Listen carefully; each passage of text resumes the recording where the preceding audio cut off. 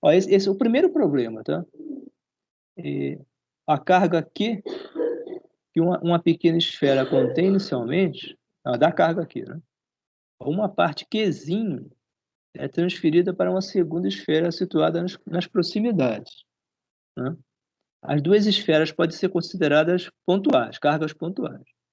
Então eu pergunto aqui, para que valor da razão Qzinho sobre Qzão, a força eletrostática entre as duas esferas é a maior possível, tá?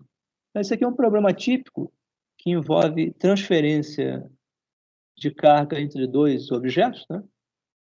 Um tinha carga Qzão, né? E é transferida uma parte Qzinha para um outro objeto, uma outra esfera, né? E aí, aqui embaixo eu coloquei já, eu colei a solução, está no livro, tá? Então, isso aqui, eu acho que é bem imediato, não? Então, vocês imaginam, são dois condutores, duas esferas, né? E a situação inicial, a carga era Qzão puro, né? E dessa carga Qzão foi retirada Qzinho.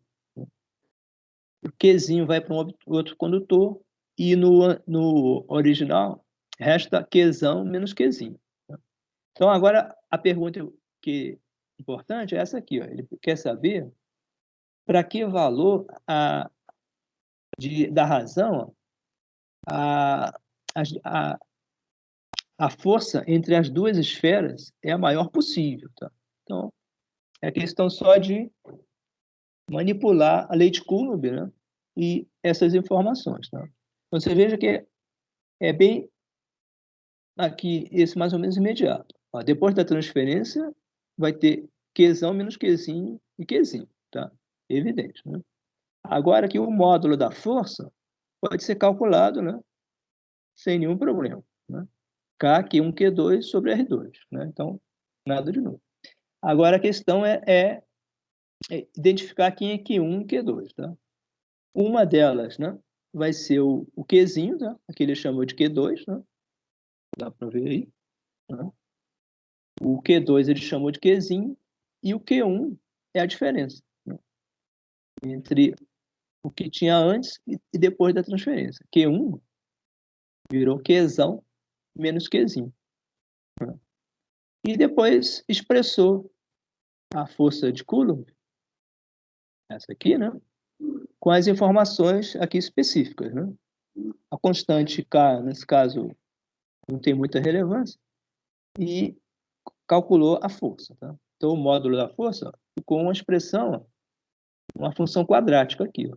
Qzinho vezes Qzão menos Qzinho, tá? Bom, agora, para responder, então, a essa questão de quando é máximo, né, o que se deve fazer é calcular o extremo dessa função, que é uma função quadrática, né? Se vocês colocarem explicitamente, ele daria Qzinho vezes Qzão menos Q2, tá?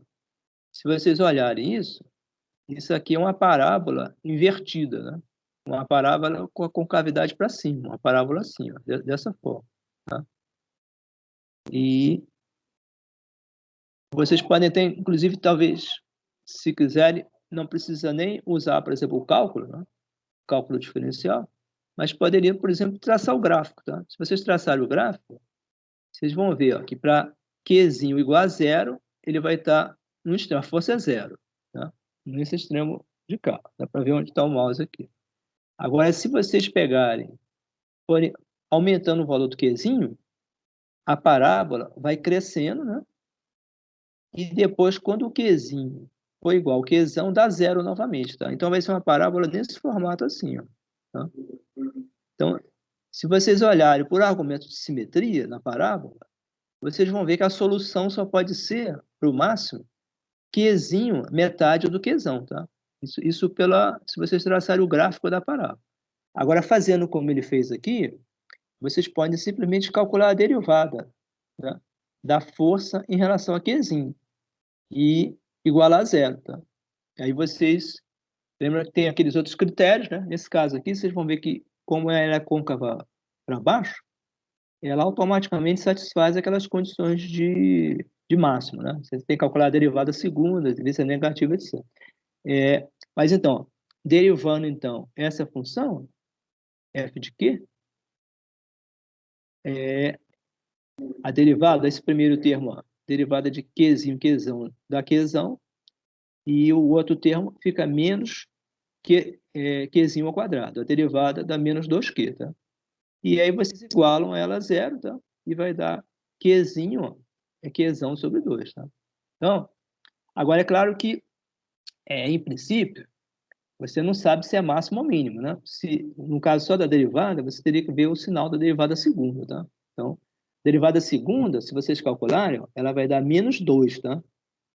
Se vocês lembram daquelas regras do cálculo, tá? Então, o que a regra do cálculo diz? Se a derivada se anula e a derivada segunda for negativo, o ponto é o máximo, tá? Então, é o caso aqui, ó. A derivada primeira vai se anular nesse ponto, né? Qzão sobre 2.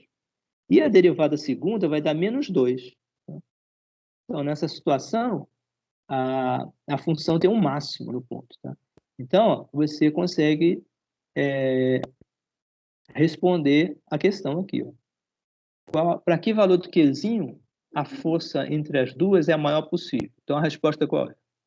Para Qzinho igual a Qzão sobre 2. Ou a razão, né? Meio, tá? Então, ó, tem a conclusão aqui.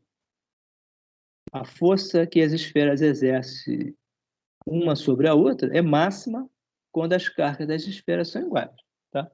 Então, isso é mais ou menos evidente porque vocês lembram que se as esferas são metálicas, a tendência delas é sempre partilhar a carga de forma homogênea, tá? Então, uma dá metade para a outra, né? Para que haja o equilíbrio entre o metal, tá? Mas, então, esse tipo de problema aqui sempre vai aparecer aí, tá? Problemas que envolvem algum máximo ou mínimo e vocês têm que calcular alguma derivada, tá? Aí você veja que, então, qual é o importante aqui, ó? É saber, ó, como aplicar a lei de Coulomb, né? Então, e a parte mais, assim, sensível é vocês saberem, ó, qual carga é positiva ou negativa e para saber para que direção a força vai apontar, tá? Se ela vai apontar, por exemplo, para a esquerda, para a direita, se ela vai ser atrativa ou repulsiva, tá? Então, fora isso, em geral, se cai nos esquemas que vocês já conhecem, por exemplo, na mecânica comum, tá? Então, agora, a única dificuldade é que, normalmente, essas cargas, né, não são evidentes, assim, quer dizer, não mostra de forma evidente para onde está a força, tá? Então, vocês têm que pensar um pouquinho e tentar descobrir, né, onde está a força, ok? Bom, alguma dúvida sobre isso aqui? Não, né? Acho que... Bom, então, vou passar um outro aqui. Depois, esse aqui eu ainda não anexei, ele está nos problemas aí, tá? Mas depois eu coloco esse arquivo lá. Esse aqui também é um que vocês podem fazer por análise, né, das possibilidades, né, de transferência, né, de carga, né? Então, aqui, ó, duas esferas, né, condutoras, 1 e 2, mesmo diâmetro, possuem cargas iguais e estão separadas por uma distância maior que o diâmetro, né? Então, ou seja, de modo que vocês possam considerá-las como bolinha, né? Essas figuras aqui, né?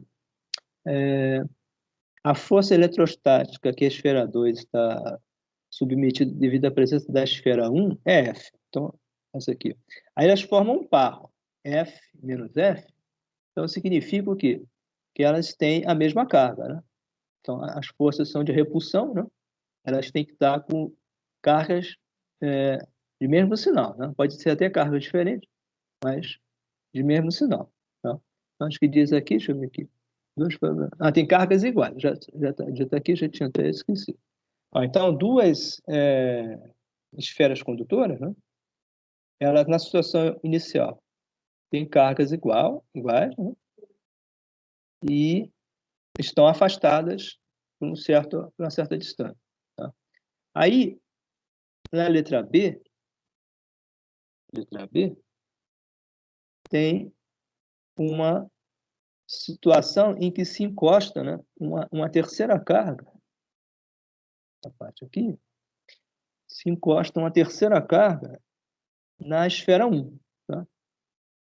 E depois se retira ela, tá? Então, o que vai acontecer nesse processo aqui, ó, 1 e 3? Vocês lembram daqueles os teoremas sobre os princípios que a gente discutiu sobre transferência de cargas entre metais, né? Elas ocorrem de modo a que a repulsão seja máxima entre as partes do metal, tá? Então, os elétrons, que em geral são os portadores, eles tendem a se distribuir de modo que eles ficam o mais longe possível um do outro, tá? De modo, na verdade, a tentar minimizar o valor da força, né? Da força entre eles, tá? Então, o que ocorre aqui, ó? Se a esfera 1 tinha uma certa carga e você encostou um A3 que estava descarregado, tá? Que fala isso aqui, ó, tá? Inicialmente era neutra, né? Esses detalhes que vocês têm que ler, tá? Então, são detalhes que são escorregadios, tá? Então, em provas, eu lembro que provas do semestre que eu dava, física teórica, na hora da correção a gente acaba comentando isso. Muita gente escorrega nessas minúcias do texto e a pessoa não lê assim com muita atenção e não vê esses detalhes, assim, né? Que a esfera estava neutra, coisas desse tipo, né? Bom, e pelas propriedades que a gente já viu, o que vai acontecer? Ó? Metade da carga da esfera 1 vai passar para a esfera 3. Tá?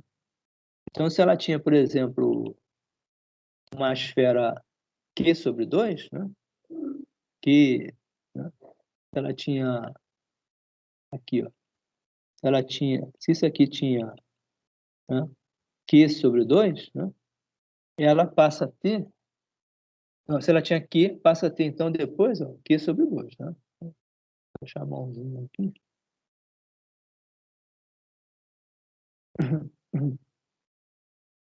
Bom, aí, agora, numa situação seguinte, o que vai acontecer?